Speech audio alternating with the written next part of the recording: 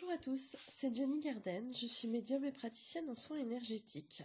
Je pratique notamment le Reiki et le magnétisme. Je voulais vous parler aujourd'hui du suicide. Malheureusement, je lis, j'entends beaucoup de choses sur le suicide et il y a encore beaucoup de gens qui ont des idées reçues avec lesquelles je ne suis pas d'accord sur le suicide. Voilà. Donc je vais vous faire part de ce que je pense moi. Alors ce que je pense moi de ça, c'est tout simplement le retour que j'en ai eu des suicidés. Et puis aussi le retour de mes guides par rapport à tout ça. Donc, contrairement à ce que beaucoup de gens pensent sur l'âme des suicidés, le suicidé, en tout cas son âme n'est pas bloquée. Son âme n'est pas punie. Son âme n'est pas en enfer. Son âme elle va avoir le même parcours que quelqu'un qui est décédé autrement. Donc que ce soit de maladie, de vieillesse, par accident ou encore d'une autre manière, l'âme du suicidé va suivre le même cursus, c'est-à-dire qu'après s'être décorporée, l'âme va, comment je pourrais dire ça, se retrouver dans un monde un petit peu intermédiaire pour justement regarder un petit peu ce qu'elle a fait durant sa vie. Elle va être accompagnée de ses guides souvent pour revoir tout ça, et elle va regarder, elle va revoir tout un tas de souvenirs. Alors ça peut être des bons et ça peut être des moins bons. Donc quand je parle des bons souvenirs, c'est tout simplement les bonnes actions qu'elle aura faites avec d'autres personnes. On va dire qu'elle s'est plus ou moins bien comportée. Donc quand elle aura apporté de la joie, du bonheur, de l'amour à des gens, eh bien elle va recevoir tout ça. C'est comme si elle était à la place de la personne. Donc elle va récupérer ce bien-être, cet amour, elle va le ressentir, comme l'autre personne l'a ressenti.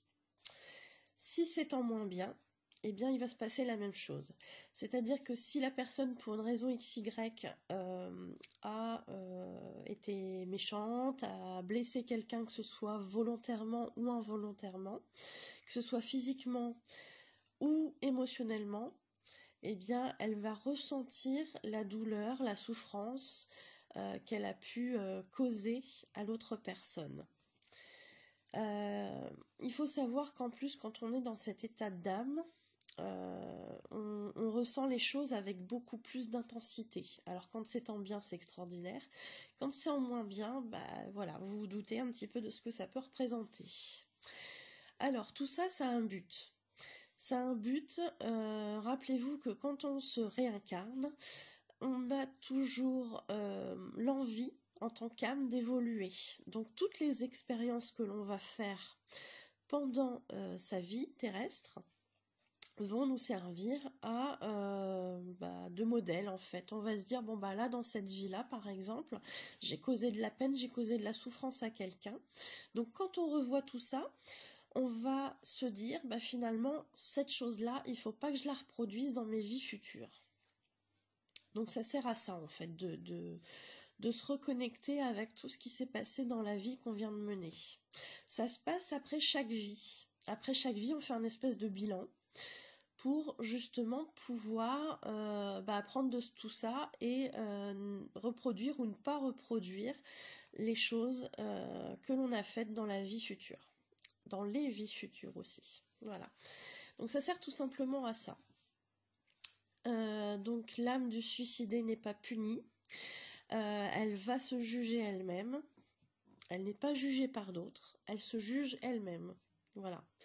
Donc ça peut être ça, cette idée de punition. C'est-à-dire on va ressentir les choses que l'on a fait en négatif, on va les ressentir. Ça peut être ça, cette forme de punition. Hein. Il ne faut pas oublier que souvent, cette idée de punition par rapport à quelqu'un qui s'est suicidé, souvent ça vient de la religion. Alors je critique pas et je prendrai pas part à la religion ou à un débat ou quoi que ce soit là-dessus.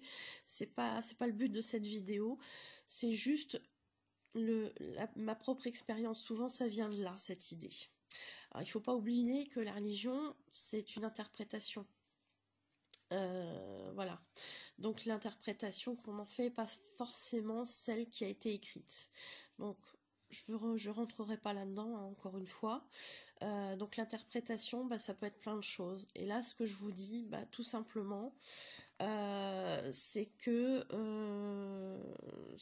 tout simplement, en fait, le fait d'être puni, ça peut être ce ressenti négatif qu'on reprend, en fait. Voilà. Ce que je dis ici, c'est ma vérité. Donc, si ça résonne pas avec vous, c'est pas grave. Passez à une autre vidéo, que ce soit une des miennes ou celle de quelqu'un d'autre. L'important, c'est que vous trouviez vos réponses à vous. Voilà. J'espère que vous la trouverez, que ce soit ici ou ailleurs. Qu'est-ce que je voulais dire de plus aussi? Alors, je ne sais pas si ça peut vous apporter un certain réconfort. Je ne dis pas encore que là c'est exhaustif, mais effectivement, l'âme d'un suicidé peut être bloquée. Alors ce n'est pas le suicide en lui-même qui va faire que l'âme va être bloquée. Ça peut être plein de choses, mais ça ne dépend pas de la cause de la mort. On peut être bloqué quand on est suicidé, bien évidemment. On peut être bloqué quand on est mort de maladie, quand on est mort de vieillesse, quand on est mort par accident. On peut être mort d'une façon ou d'une autre, ça n'a pas d'incidence sur le fait d'être bloqué. On peut être bloqué parce que, par exemple, alors je vais vous citer les causes les plus probables, enfin en tout cas celles qui reviennent le plus souvent. Pour être bloqué, eh bien, on peut ne pas savoir qu'on est décédé. Ça peut se produire par exemple dans un accident assez brutal. La personne peut ne pas se rendre compte qu'elle est décédée. La personne peut être attachée au bien matériel. Donc par exemple quelqu'un qui a construit sa maison, donc il va rester parce qu'il y est attaché. Alors c'est pas forcément le cas, hein, attention, mais ça peut être une des causes par exemple. On peut être attaché à du matériel, je sais pas, un objet, peu importe. On peut être attaché à des choses comme ça et par-delà la mort, ne pas vouloir les lâcher. Donc on va rester à proximité. On peut rester bloqué aussi parce que on a un message à passer à un proche. Tout simplement. On peut être bloqué parce que on n'a pas terminé quelque chose qui était très important pour nous. Et puis on peut être bloqué certainement pour plein d'autres raisons aussi, mais là c'est les plus récurrentes que je vous cite. Donc ça n'a pas forcément un lien avec le fait de s'être suicidé. Ça je voulais insister là-dessus. Qu'est-ce que j'ai encore à vous dire sur le suicide? Oui. Alors c'est une des pistes que j'ai par rapport à des personnes qui se sont suicidées. En fait, avant de se réincarner sur Terre, on a des âmes qui sont pressées d'évoluer. Donc, pour évoluer plus vite, certaines pensent qu'il faut expérimenter plein de choses. Et du coup, cocher tout un tas de choses sur la liste pour dire, allez, je prends maladie, je prends handicap, je prends perte d'un enfant, je prends, etc., etc. Et du coup, en pensant naïvement pouvoir évoluer très très vite.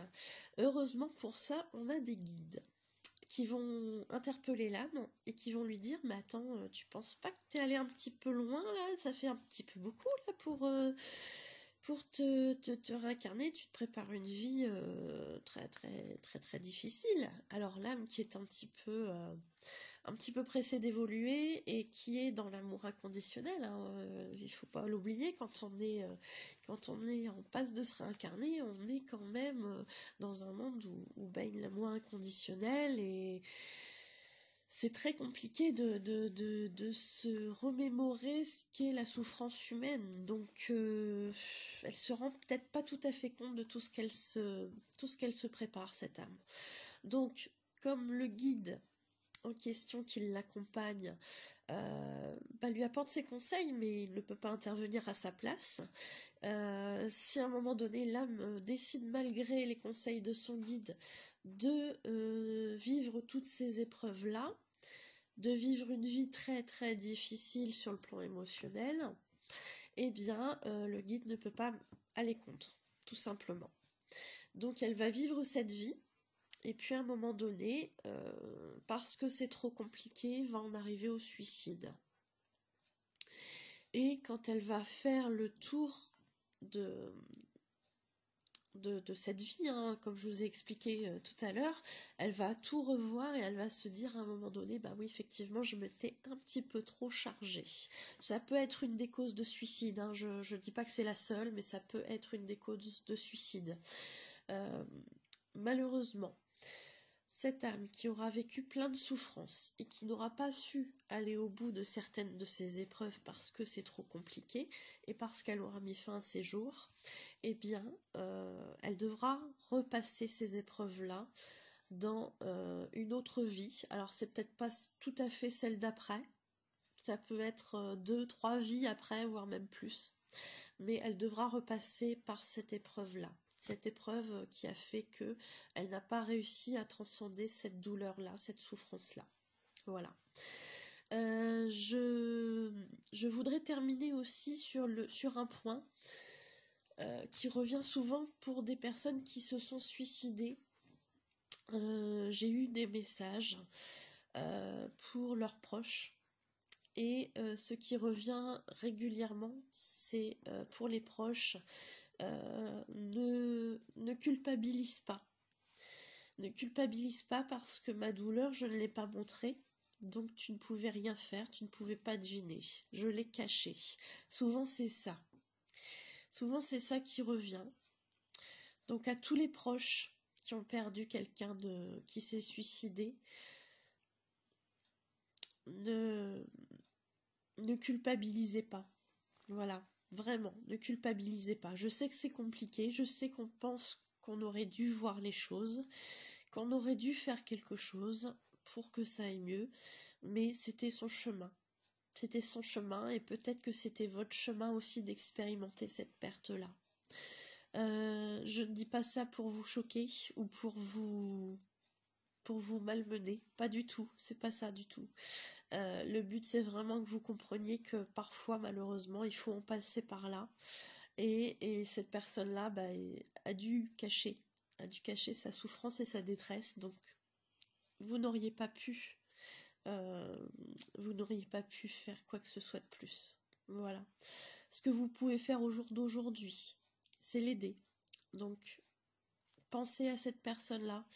Priez. Alors quand je dis prier, si votre spiritualité fait que vous êtes dans la religion, que vous êtes croyant, priez avec des prières de votre religion.